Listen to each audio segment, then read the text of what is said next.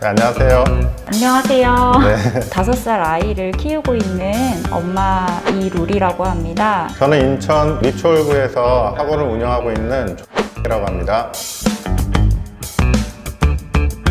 저희가 코로나 직전에 일본에 3개월 체류를 하고 있었어요. 해외에서 들어올 때는 자가격리를 2주 해야 된다 기준이 생기기 직전이어가지고 개인적으로 자가격리를 어떻게 해야 되지 하면서 이제 코로나를 겪기 시작했고, 또 아이가 이제 5살이니까 유치원에 입학을 하는 시기거든요. 이제 코로나로 무기한 가정교육을 하는 상황이 되어서 그렇게 여러 가지 방면으로 코로나를 경험을 했던 것 같습니다. 저 같은 경우는 사실 실감을 못했어요. 그냥 뭐 메르스 때처럼 한두 달 그러다 말겠지, 좀 안일하게 생각을 하고 있었거든요. 저희 동네에서도 이제 확진자가 나오고 학원을 휴원을 해야 돼, 그런 얘기를 들으니까 어쨌든 매출에 영향을 받으면서 이게 내 삶에 조금씩 영향을 끼치고 있네 느꼈거든요. 그러다가 이제 5월 달에 N차 감염으로 저희 학원 학생 한 명이 확진을 받으면서 그게 이제 저한테 정말 쓰나미 같은 그런 충격으로 이제 온 거죠. 그날 보건소에서 전화가 왔어요. 전화가 온 전과 후가 완전히 제 인생이 지금 바뀐 거예요. 대구에서 서울 이렇게 주말 부부로 있으면서 남편이 이제 복직해서가 신천지가 터졌을 때라서 걱정을 많이 했었고, 저희 집이 성북구 인접한 곳이거든요.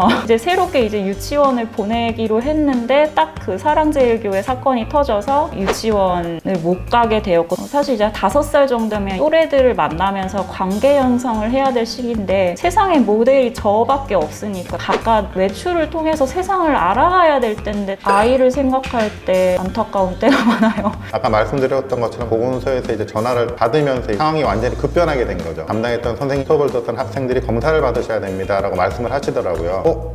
진짜 이런 전화가 나한테 왔네? 너무 놀래서, 사실 보통 우리가 뇌가 멈춘다고 그러잖아요. 이제 검사를 받고 이제 자가격리를 시작을 하고, 물론 당연히 학부모들 입장에서는 걱정이 되시니까 이제 전화를 하시잖아요. 전화가 너무 많이 오니까 저도 가족한테 이제 알려야 되는데 전화도 못하고, 학원 아이들도 다 음성이 나왔다. 그때부터 제가 밥을 먹었어요. 하필 또 학원 이름이 제 이름이니까 의도치 않게 코로나로 인해서 저의 어떤 전화번호라든가 그런 것들이 다 노출이 돼버리는 상황이 되더라고요.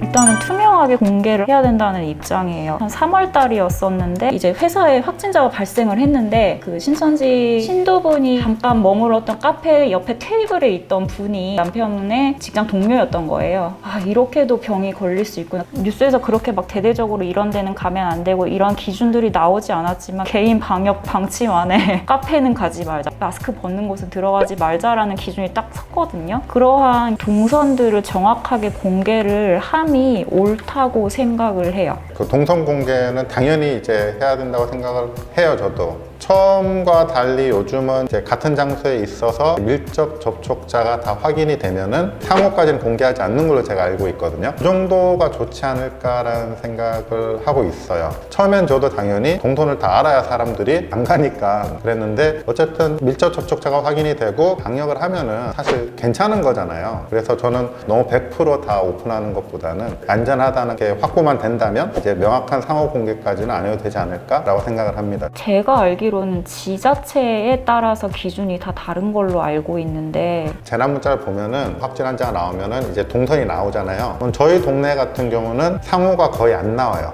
저희도요. 그러니까 약국, 의원 요 정도만 이렇게 해서, 물론 궁금하거든요. 어저께 내가 갔던 내과 아닌가 하는 그런 의구심이나 약간의 불안감은 있는데, 걔가 밀접 접촉자였다면 분명히 보건소에서 나한테 전화가 왔겠지 라고 생각을 하는 거죠. 또 전화가 안 오면 나랑 상관이 없구나, 이런 일을 직접 겪지 않았던 사람들 있잖아요. 그런 사람들은 동선 공개를 다 해야 된다고 생각을 해요. 그러니까 완벽하게. 저도 그런 입장이었거든요. 근데 네. 저는 이걸 겪어보니까 그래도 정부에서 이 정도까지 굉장히 시스테믹하게 관리를 해주는구나 라는 느낌을 받으니까, 그래, 나한테 전화 안 오면 난 괜찮은 거야, 이렇게 생각을 하게 되더라고요. 저는 되게 오랫동안 재난 문자로 고속버스 몇 번 자리에 앉았던 분 꼭 방역 당국으로 연락 달라고 했던, 그때 그게 너무 경험이 강해서 감염 경로들을 알아내는데 어렵다고 생각을 하고 있어서, 근데 왜 이렇게 상호명을 공개를 안 하지? 라고. 저희고 같은 경우도 무슨 약국 이렇게 돼 있거든요. 이렇게 공개한다면 무슨 소용이지? 라는 생각을 갖고 있었거든요. 그러니까 접촉자로 확인을 못하는 장소가 있잖아요.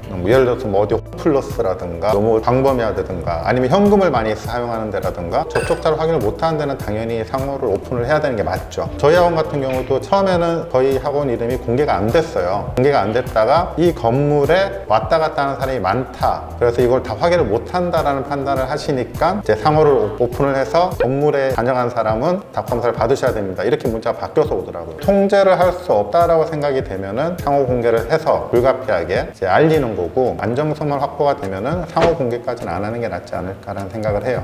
정확하게 모든 것은 공개가 되어야 되고 공공의 이익을 위해서 맞다고 계속 생각을 했었는데, 그러한 기준이 있다는 거를 많이들 모르는 것 같아요. 저도 몰랐던 거고, 만약에 그 기준을 안다면 좋을 것 같아요. 동선, 가게 상호명은 중요하지만 성별이나 연령은 중요하지 않은 정보라는 생각이 들어요. 남녀의 같은 호텔이라는 이유로 불륜이라는 이야기가 돌았던 그런 사건들을 봐도 성별이라는 정보가 없었다면 그런 일까지는 가지 않았을 테기 때문에, 성별이 뭐 어떤 코로나에 영향을 미치는 것도 아니고 그런 정보는 아예 가려도 문제가 없을 거라는 생각을 한 적이 있어요.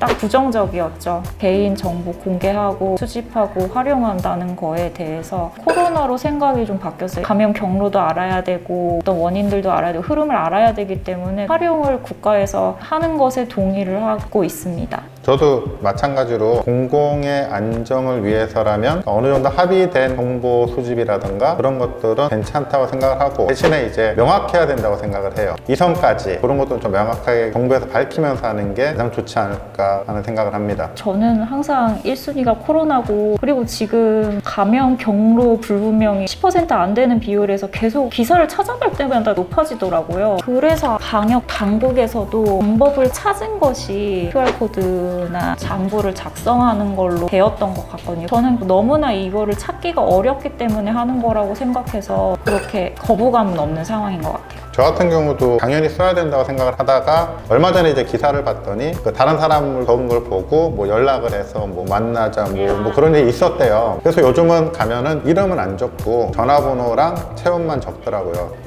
그러면 충분히 이제 확인할 수 있으니까 괜찮은 것 같아요. 그거를 악용하거나 광고에 사용을 하거나 그런 것이 문제일 수는 있는데, 일단은 저는 코로나가 1순위니까 그냥 스팸이나 이런 거는 개개인적으로 잘 거르고, 일단 저희가 감안을 해야 되는 면인 것 같고, 국가에서도 그런 거를 좀 관리할 수 있는 장치가 좀 있으면 좋겠어요.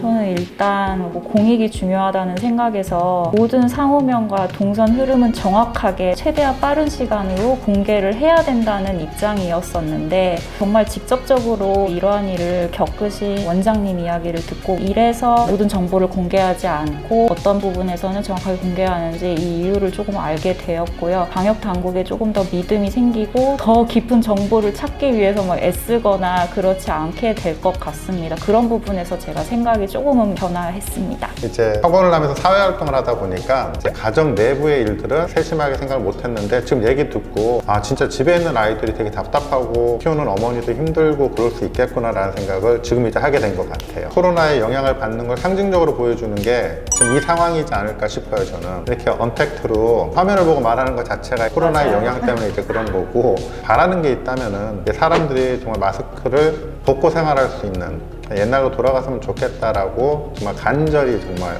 바라고 있어요, 지금.